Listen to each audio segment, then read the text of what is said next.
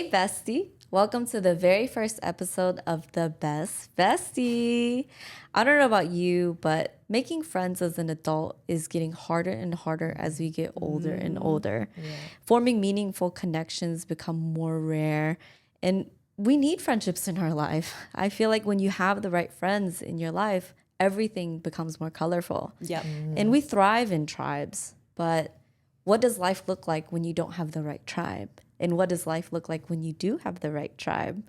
And today we're going to talk about how to intentionally build friendships that feel like home. My name is An, and joining me today are my two best friends, Anna and Lisa. Hello. Hi. Am I the only one here that feels like friendship is harder and harder as an adult? No. I feel like friendships are harder now as adults because back then when we were younger, social time was built in, right? We had play dates, we had school, we had activities. I used to be in dance, people were in sports. Yeah. But when we get older, we start working, right? And our priorities change, careers change, we get in relationships, and friendships take a back seat. Right. Yeah, totally. And I think now in our day and age, social media gives us this illusion of closeness.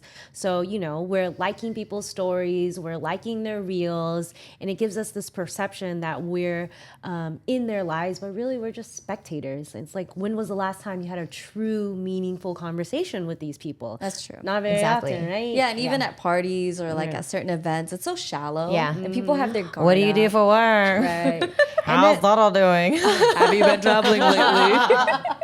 And then what's really interesting is in the book, 5 Types of Wealth, that I read recently. And when I listened to the audiobook by Sahil Bloom. He talks about how right now researchers are saying that we're in a friendship recession. That's crazy. Wait, hold on. I What know is what a that? financial recession is, but what is a friendship recession? He's saying that a friendship recession is that compared to other generations, previous generations, our generation is seeing our friends in real life 70% less. That's crazy. Wait, is this In person. pre-COVID or after COVID? I think the statistic was pre-COVID. I'll need to double check. So it's probably worse now.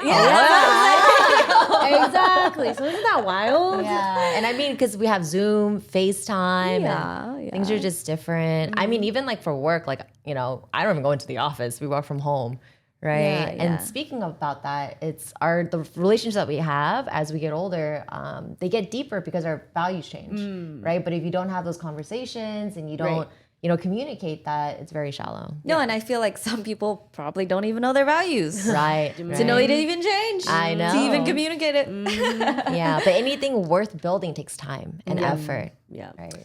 That's so true. But in my experience also, I feel like not everybody knows how to be a good friend. Facts. So true. Like, okay, if you think about it, think about when you go out, work, parties, how often is it that you meet new friends? Or even like when you go to an event, how many new friends do you get to meet? Maybe out of 100, maybe one that you actually kind of follow up on. Yeah. And how often do we have falling out with friends? Yeah. So often. Conflicts with friends. Yeah. So if you just run the numbers, I mean, I'm no mathematician, but out of She's every pretty good. 100 She's people, pretty good, though.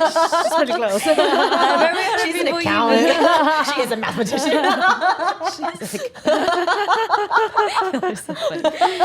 Every time you go to an event, you meet one person, and every other month you lose 2 friends. I'm just saying, Wow. I ain't no mathematician, but that math don't math. Math ain't math. But I think a lot of people, they kind of run away from like challenges, or the moment Yeah. it gets kind of hard, Right. they kind of retreat. Yeah. And then we end up coming up with a lot of excuses like, I'm an introvert. Yeah. Making friends is hard. Yeah. Yeah, so I mean, I feel like that has a big piece of it too, in addition to everything that you guys Yeah. said. Yeah. Yeah, I agree. Making friends ain't hard. It's you. You just suck.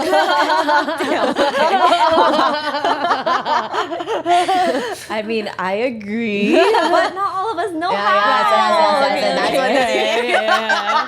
Okay, y'all forget we've been doing this for a long time. Okay, I mean, it wasn't. I mean, we had our own trials and tribulations too, right? Exactly. Right. but you gotta remember, we met 11 years ago. Crazy. And That's you crazy. can't even Over a front. decade. I'm gonna be the first to admit, when I first met y'all, I didn't know how to be a good friend.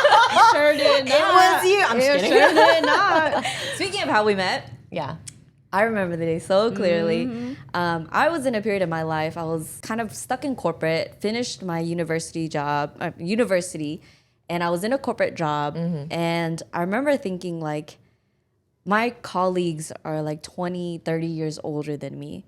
I don't really feel like I fit in. I don't want to hang out with my college friends anymore. Yeah. And I just felt really out of place. And also, I had this burning desire to want to be rich. Still do. So being in the corporate job was not cutting it. So I remember I was at a Starbucks in Houston, Texas, and I was minding my own business, studying accounting. And a stranger came up to me and says, "Hey, are you studying accounting?" And I go, "Yeah." He goes, "You must be smart." And I said, "Maybe." He said, "If you're smart, then you know how to make money, huh?" Ooh. I said, "Keep talking." And so he eventually recruited me into a network marketing company. And that's when I first met you guys. Right. Yeah. Yeah. And I remember when you first came in, my first thought was, you're an asshole. She was. Okay, well, here's the reason why. Here's the reason why. She was. She was. Yeah. Don't think I didn't hear that. But here's the reason why. So we had a personal development session. Everyone's vibing. She's this random person that comes in. And just naturally, I want to introduce myself. And I remember going up to you and I was like, "Hi, I'm Anna." And you were just like closed off. You're cold. And I was just like, damn. Yeah. And I remember when we said to us and you were like, "I'm not here to make friends. I'm here to make money." You're goddamn right I said that. But over time, I think that's part of building a friendship and foundation. We all realized that we were here for each other. Yeah. And that it wasn't just a situation and we Yeah. were backing each other up, and slowly but surely we tink, tink, Yeah. tink. She was like an onion. We Yeah, kept I know, I pulling know. back the layers. She's a softie inside. I remember clear as day the real turning point. I know you remember this too, Anna. Was when we went to a convention together, and we were at like hanging out with all the top producers in a hotel room, and we were playing drinking games. Still one of my favorite hobbies. And the drinking game was Thumper. And if you guys don't know how to play Thumper, it's when you do this saying, and then you everybody gets a call name, and everybody has a signal to call on this person. And I remember little Miss On Trend, her turn came around, and her call signal was to throw her legs on the wall and throw that ass in a circle. So I just knew at that point, I knew we were just gonna be best friends. Seriously. I love that story. I remember that very clearly. I don't know what got into me, but I think at that time I finally felt. I honestly didn't feel like I really connected with you guys, but I felt like I didn't have anybody else. Yeah. Because we were building a business together. I had no support from my family. A lot of friends telling me it was a scam, and us traveling, doing meetings. Honestly, I didn't really have anybody else to do and share the journey with. Yeah. And even though if I didn't really know you guys that well, I guess I was like, I got nobody else. Seriously. Yeah. Seriously. I mean, we were going through it. We were struggling together. Yeah. And I remember times we were like scrambling for gas money, trying to rub the nickels together.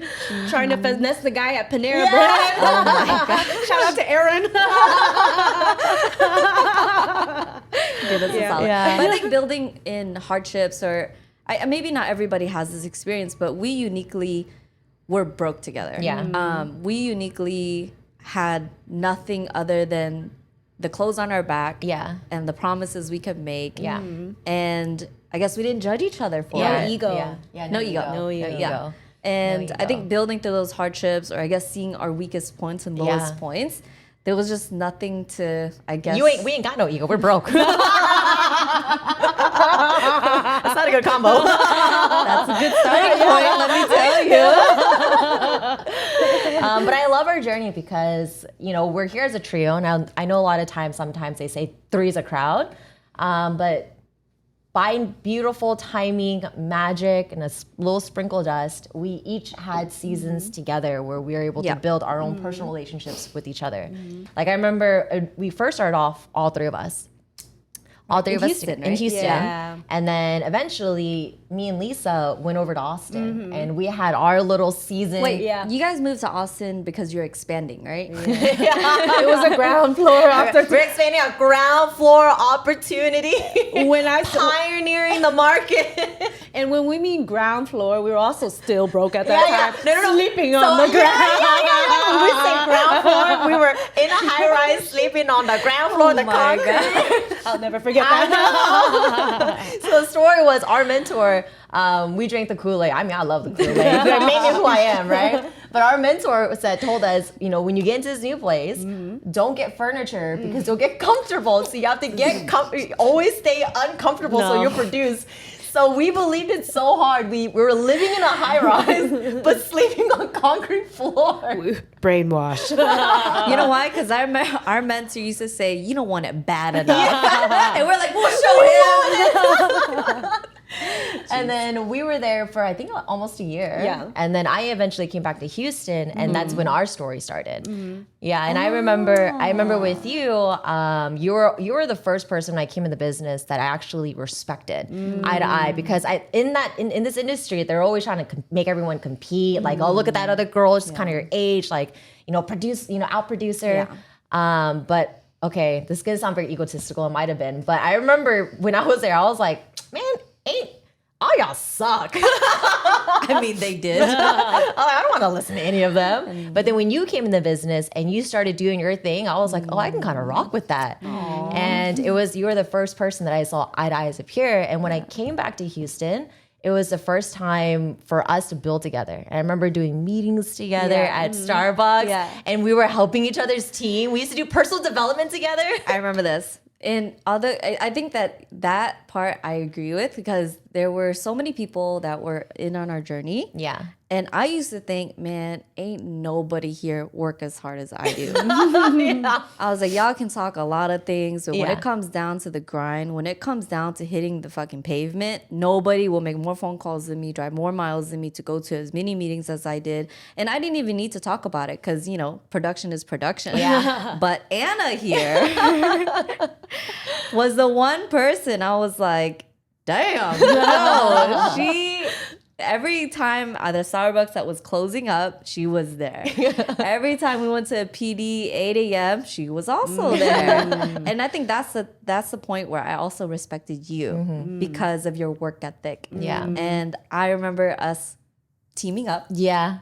Helping Accountability each other's partner. teams. Yeah, accountability, sharing, like helping each other's teams, and then going to Lifetime together. Yes. And that's when Lisa came. Yes, that's when I moved back to Houston Yes. too. And then I feel like all of our little energies, we just synced up and linked up. And Shout out to the Lifetime City I Center. know. They had swimming pools. They had a Everything. sauna. They had a cafeteria. Yeah. They had a workstation. they have Wi-Fi. We use those amenities. Let me tell you, we would start there in like 9 a.m. and leave No, there. it was like 6. We started at 6. We did It was yoga 6. at 6. It was 6. Then we Because lifted had- weights. Because we had personal development at like 7 or 9. That's true. Yeah. That's true. Damn, we're Yeah. beasts. We were a beast, so that's why I respected you. Yeah. Well, we were in Houston for a good moment, and we Yeah. got to grind together and Yeah. go to the meetings. And I remember Panera, and then I think you moved to Cali next. And then eventually I left to California. And then you... Also, ground floor opportunity. I moved to California to expand a business. There's a ground floor opportunity.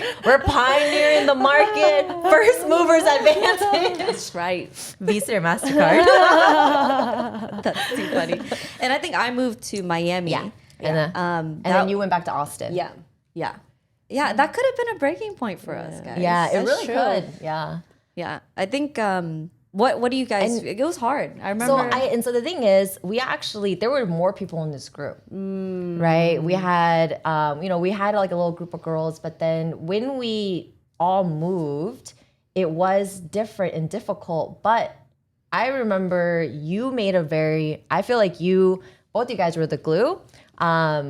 You made an effort to visit everybody when you moved out. You came to visit me in California, and Lisa and some other people. Yep. Yeah. I And then remember that. eventually we took turns visiting each other. And then visiting. And then you guys came to California Yeah. to visit. You went to Miami. Yeah. And so we consciously made a decision and effort to pour time into this relationship. I agree. The effort was there, but I also remember a key thing about my personal journey is like, I remember moving on to different things, and I honestly didn't have anybody else that understood where I came from, didn't understand my struggles, and didn't really relate. Yeah. And whenever I moved to Miami, which I then took on another opportunity to work with a very good friend of mine. And I remember the part of the job was I had to travel the world. And I was like, say less. But that was me being on the road every week, every month. And as I traveled and met people in different settings, conferences, business meetings, seminars, I felt like the depth wasn't really there. And I just kept coming back to you guys because you saw me as I am. Yeah. And you guys saw through who I was trying to become. Right. And you didn't want anything from me. I remember I could just talk to you about everything and not fear getting judged. And it was a lonely journey because coming from network marketing, anybody that has been exposed to network marketing, you lose all of your friends. And my family didn't support the entrepreneurship journey. I remember my dad specifically kept saying like, why don't you just go back to being an accountant? You know, CPA money is really good money. And I kept thinking to myself, I know, but I can do more than that.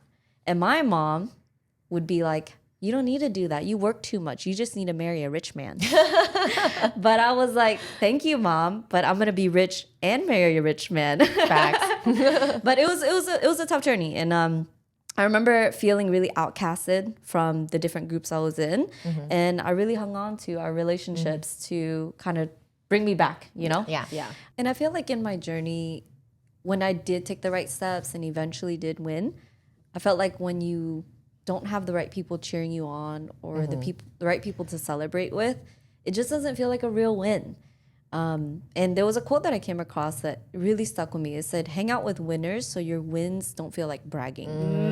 And that was kind of a sign when the people around you don't really cheer you on or don't really know you, right? Yep. And I remember there's definitely a time when I felt shy about talking about my wins, not because I wanted to brag about it, but because I felt like it was hard to do. And I just wanted to share with somebody like, hey, I did this. Yes. But yeah, I feel like having the right people in your corner really makes winning just different. Yeah. Yeah. Totally. And you know, to add on to that, of not just sharing your wins and feel like bragging, I feel like a lot of people feel alone because they may be going through struggles and they may not want to share it because they may think that that they're complaining. Yeah. Right? And that just means that's an indicator that you don't have the right circle around you for you to feel safe.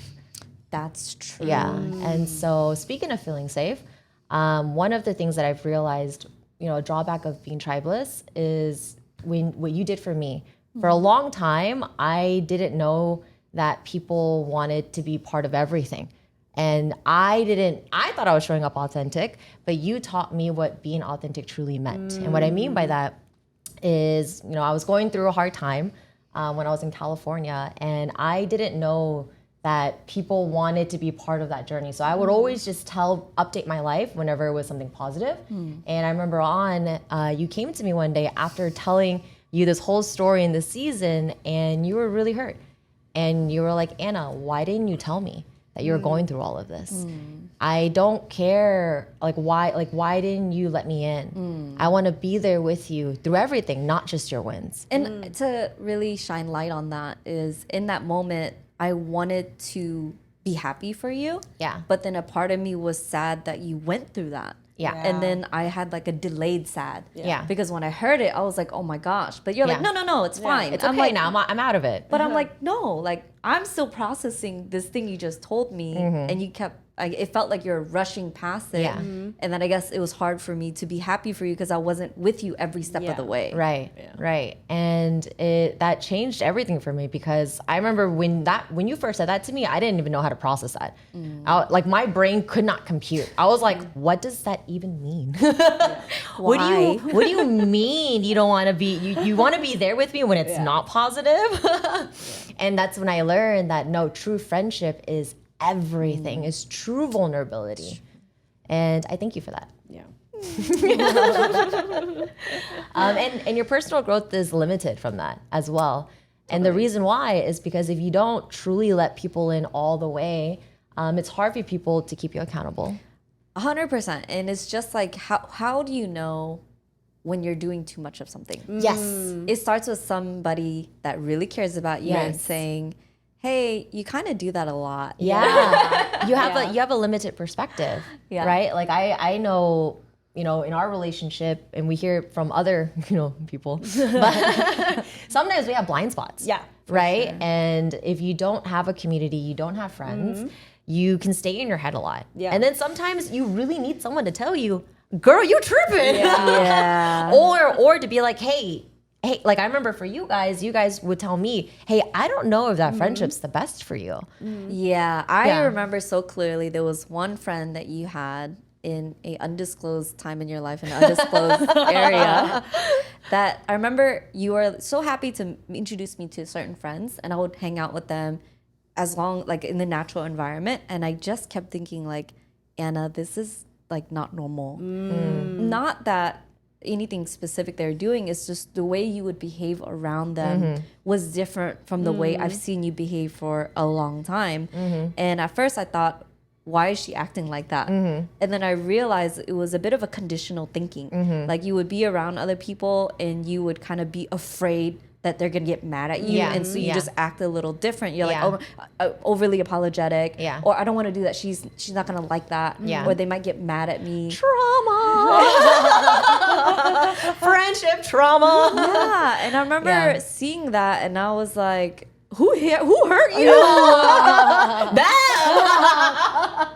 Why the fuck we hanging out with them? I don't know. I can't see it. That's the blind spot.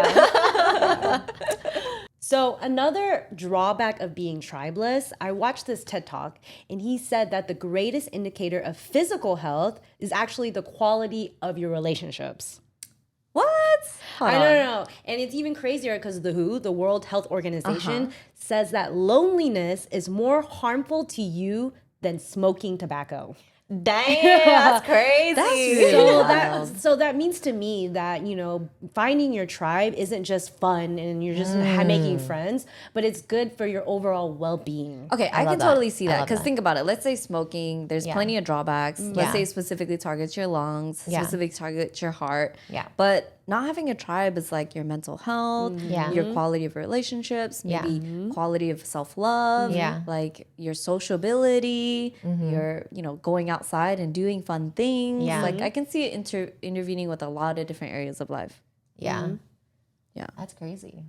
I love that. But I think handling stress and anxiety alone is really hard. Yeah. Stress and anxiety. This is a whole conversation within itself.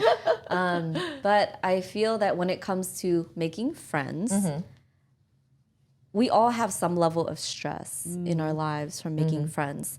Some of the stress comes from I don't have any. Yeah. Some of the stress comes from I don't like the ones that I have. Yeah. Some of it comes from the ones that I have don't like me. And some of it is I just don't feel like I'm myself when I'm with these people. And I think anxiety can creep in when the small part of ourselves, our soul, our body is like, something's not right. And we don't know how to assess it. We don't know how to respond to it. We don't even know why it's there. Yeah. And we kind of turn off that feedback and just kind of do things as we usually do anyway. But I kind of think back of, when I think about you guys, I don't have that much anxiety and stress about how to be your friend. But there's other people that you might have, you tippy toe. You're so afraid to trigger them or offend them the way that they've punished you in the past. Yeah. And I feel like maybe at first it's very tolerable. It's just as long as they don't do this thing, they're fine. But if you do it again and again and again, you just kind of layer on more and more conditional thinking of what not to do around them. Yeah. Have you guys ever experienced that before? Yeah. Yeah, absolutely. That's the example. True. You're like walking on eggshells. True. And imagine all the stress and anxiety you're dealing with by yourself whenever you have big life events. Yeah. A job change, a death in a family or friend. Like, that's just a lot of stress and anxiety to deal with on your own. Right. And when you don't have a tribe Yeah. to just talk to and just let out, So much Yeah. harder. yeah, it's harder, right? You're not meant to do life alone. No. You're supposed to do it in fellowship, together. And We are a social species. yeah, exactly. And I don't even think it means fixing their problems. I think the power of it is having someone to tell you, you're gonna be okay. I am. Can you tell me one more time? Or I know this seems really hard, but this too shall pass. Yes. or don't wish it was easier. Wish you were better. I love that. But having the right tribe will directly impact all areas of life. Yes. Yeah. I think one of the few things that has helped me along the way in the past 10, 11 years now was when I first met you guys, I, like you said, was in the mindset of, I'm not here to make friends. I'm here to make money. But one of the things that I had to do was shift my mindset because I was waiting for my best friend to find me, show up, and then just be a good friend to me. But friendships aren't found, they're formed. And I started to kind of have this mindset where my love of my life is gonna find me. Yeah. Yeah. So when I realized I had to adopt a dating mindset, it was you had to go on a few dates. You have to show up. You have to go through the numbers. You had to go through a few bad ones to find the good ones. Yep. You got to put yourself out there. You got to sell yourself. Hi, my name's An. I like hiking, you know? Yeah. But if you're sitting in the corner in a room at a party and not opening your mouth, you're not interesting at all. Closed mouths don't get fed. That's hilarious. And I think, don't overthink rejection Yeah. because my mindset before was any no, I took so personally. Right. Right. And when somebody didn't want to reciprocate and invite, or they had a birthday party and didn't invite me, it was so easy for me to take it personal. yeah. And if I let myself do that all the time, I think my self-worth would have just diminished more and more and more, and just felt more unworthy and shut myself down even more. But the truth is, everybody's timing is different. Yeah. Even your timing. Yeah. But let's say you're in the right timing. You're ready to receive. You're ready to put yourself out there and be a good friend. The person that you're trying to be the friends with, maybe they're not in the right timing. Exactly. And maybe they need a little bit more, watering, grooming, and they're going through sunlight. They're going through their own things. But I really think that this is very, how do I say, achievable, because if you really think about it, making friends is like dating, but on easy mode. If you have a lot of friends, you don't see people calling you a hoe. Yeah. Like, if anything, they're like, wow, you're a friend hoe. Yeah. Can I be one? Can I be your I hoe? want to be your friend now.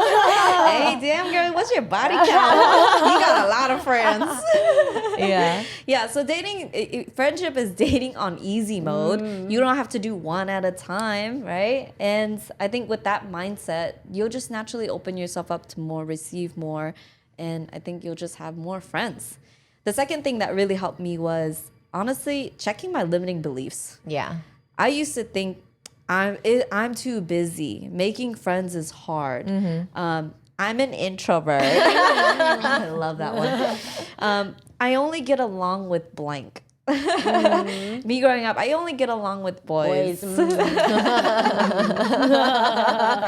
But honestly, those are all just limiting beliefs. These are all excuses I made in my head to stay in my comfort zone.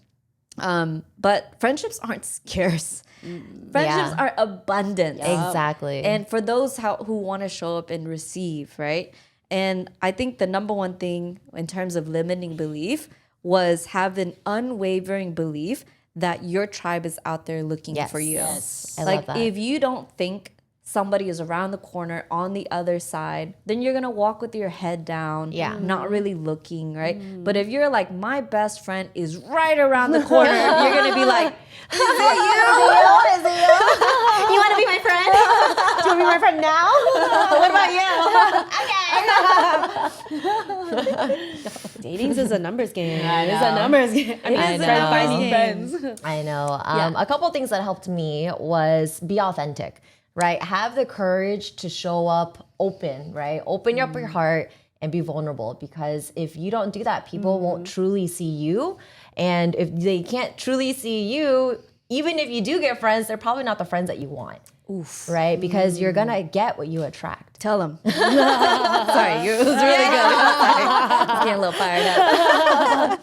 But be yourself, be authentic, have courage to put yourself out there, open up your heart. Every single one of us is born with the gift. We're born with different things inside of us that the world needs to see, and you have this gift to share. Give it to people, right? And the second thing that really helped me is to be intentional. You also don't want to go out there and just let everything, like, oh, okay, well, let's all be friends. Play the numbers, but also know what you're looking for, right? Make sure you have alignment. So ask yourself, number one, if you don't know your values, that's homework number one, is figure out your values. If you want to have deeper relationships. If you want to have surface level relationships, then never mind. But if you want deeper connection, figure out your values, know what you're looking for, and be that person first. Look yourself in the mirror and say, would I want to be my friend? And I think for me, I think another tip would be initiating and reciprocating, making sure that you're the one inviting, following up, and checking in. Because I hate it when people message me on my story and they say TFTI, thanks for the invite. I'm like, did you ever text me? Did you ever invite me anywhere? Dude, that's a trigger warning for me. Dude, I hate it when people do that. Exactly. So making sure that you're initiating and reciprocating the plans and in the energy overall in the friendship. But I think in defense, some people say that because secretly they want to invite. But let me go ahead and tell you something. There are other ways to say that. Yeah. Because TFTI is a bit offensive, right? Yeah. It's kind of like entitling. It's like, oh, what about me, right? Yeah. But what if you had the same situation, you said something along the lines of, Lisa, that was an amazing event. I would love to be a part of that next time. Or, hey, I love your stories. Can I be in it? Yeah. No, that's a good. She got game. She got game. Here's my number. Yes, you can slide into my DMs anytime like that. So I love that energy. So that's definitely some good tips. And I think another important note or tip would be making sure that you're going deep in the friendship, going deep and finding the tribe, finding your tribe. Don't just talk about your favorite color and how many siblings you got. Just like on a date, like let's ask some real questions that are more interesting and that have more depth. And I feel like when you're vulnerable, I feel like that's where the magic happens. Yeah. I agree. And also, to be fair, I think some people are scared to go there. Yeah. Some people are scared of either not being met, or being rejected, or being embarrassed, or being judged. Yeah. And I know it's hard to like go out there and be really vulnerable and hope people accept you. But I think, we gotta start a little small. Yeah. And then, like you said, initiate and like reciprocate, right? Yeah. You don't want to let everybody in on all your No, shit. no. You want to let them a little bit, and if they nibble. Yeah.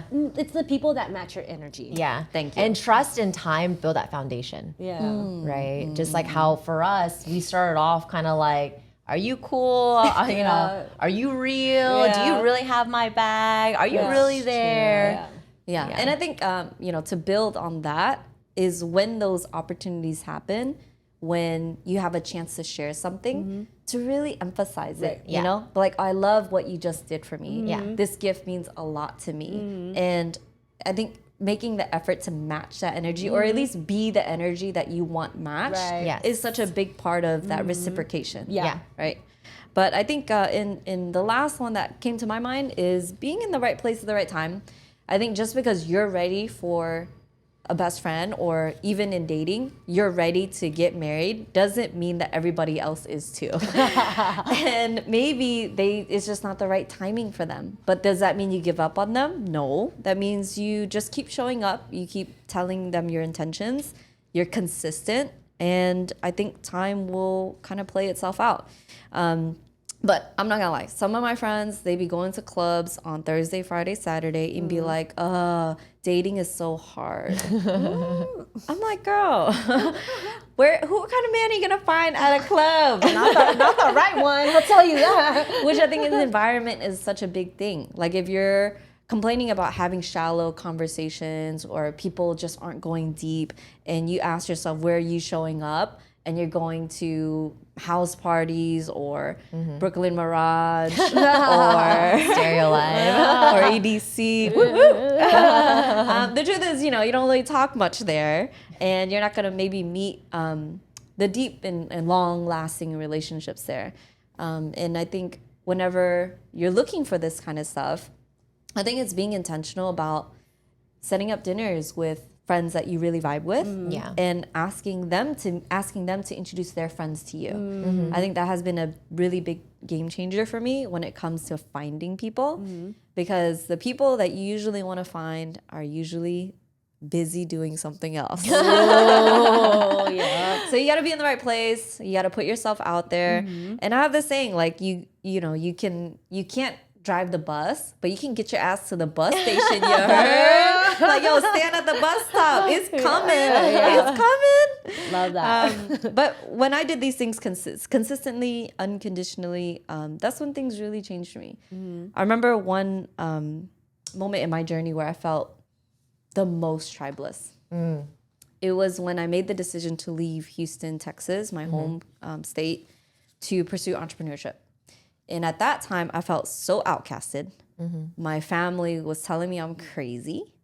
My friends that live back home were like, why are you leaving? We have everything here. Everything's bigger in Texas. And I didn't know how to say to them that this isn't enough for me. But in my heart, I just wanted more. And I think my curiosity for what else was out there was greater than the certainty of what was there. And so I took a big leap of faith and I moved to Miami. And that's when I kind of worked at this new job in digital marketing. And that was even tough. It was an environment with a lot of guys and it was an online space and everybody just works online, makes crazy money online. And I felt like an imposter. Like, I don't know how to make money online. So I even then had to try to fit in that way.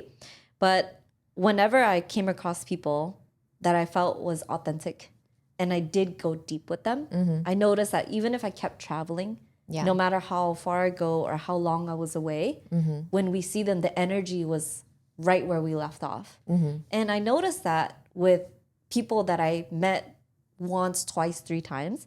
But when I would go home to Houston and see people that I've known for 10 years, it wasn't like that.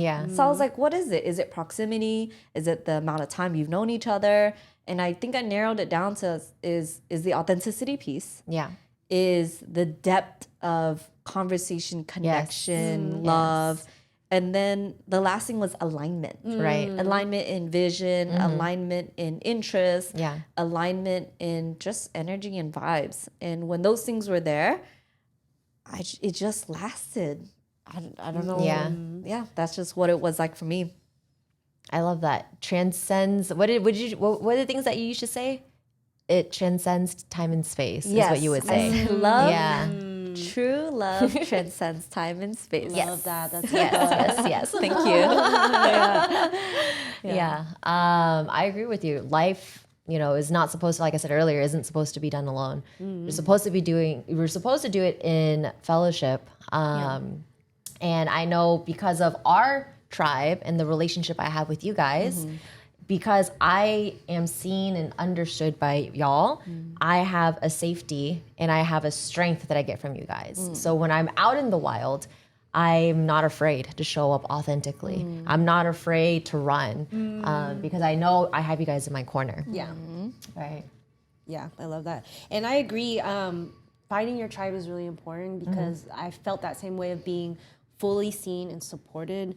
I remember a time, long ago when I didn't even know I was drowning.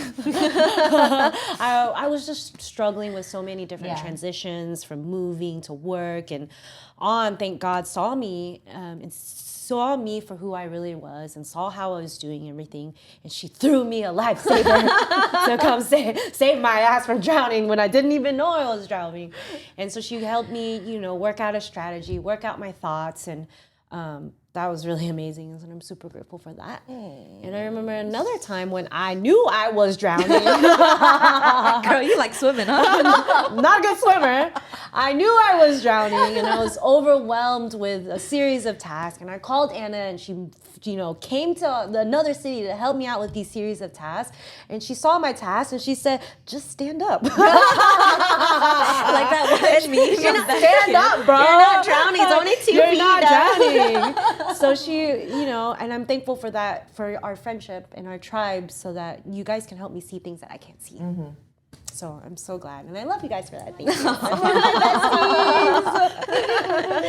No, I love that. I'm so grateful to have my best friends. I know. And I think that's what really inspired us putting together the Best Besties. We've done this for 10 years. We worked really hard to get to this point. And we thought to ourselves, what would life be like if we didn't find each other? It was scary to think about. And I think the vision behind what we wanted to do here was to help share what we worked so hard to create and help other people find their tribe. So I can't emphasize enough how much more fulfilling your life will be when you have the right people in your corner. And life isn't meant to be done alone, like you said. I love when you said that, because so many things happen where we feel so alone. And I don't know about you, but I can't help but think sometimes, like, if life isn't meant to be alone, then why is it so hard? Yeah. And I can get stuck in that for a long time. Yeah. And I can ask myself, why is life so hard? Why isn't God throwing me, solutions? Why is he throwing me so many challenges? And like you said, Lisa, don't wish it was easier. Wish you were better. I was like, you're right. There is something I can do about it. And I think the belief is like, you're worthy of your tribe, and your tribe is out there looking for you. But the question is, are you looking for them? And are you making it easy for them to find you? Because if I really succumbed to my limiting beliefs, if I really kept in that energy that I had in the beginning, I don't think I would even make space to have the people like you guys in my life. And that started with me looking in the mirror and asking, would I be my friend? And the answer at the time was no, because I was an asshole. You weren't a big asshole, just a small one. I don't know. Really?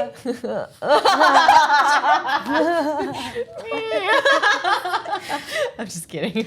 But no, I can't thank you guys enough for doing what you do in my life, and I wouldn't be who I am today if not for you. I love you. And I think to add to that, building these meaningful relationships, it's not easy and it won't be easy, but I think it's possible. And I feel like everyone deserves a friendship like this. Yeah. Everyone deserves a friendship that feels like home. Yeah. And I just want to remind people that you're not too late, you're not too much, and you're not alone. I love that. That so much. All of us, like I said earlier, we have a gift inside, right? And I would not be who I am if I didn't have you guys to back me up, give me the support, challenge me, and give me the right pressure to bring that light out. And my encouragement to everyone listening today is to shine, right? You have a gift. Shine. Don't be afraid. And it takes time and effort. Anything worth building that's meaningful takes time and effort. Right. Treat this like a little plant. Water it, give it love, give it affirmation, and keep going. Yes.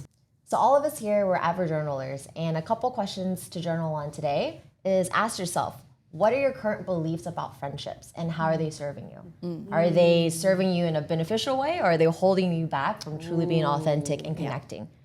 Another question to ask yourself is, what kind of friendships do you want to have? What does that look like? Really take that time and write down, what does the perfect friendship look like? How deep do you want to go? How meaningful? What kind of things do you guys want to do? And think about that, because if you don't know what you're looking for, you're not going to get it. How are you going to get it? How are you going to find it? And the last question is, what can you do today to start building your tribe? Right?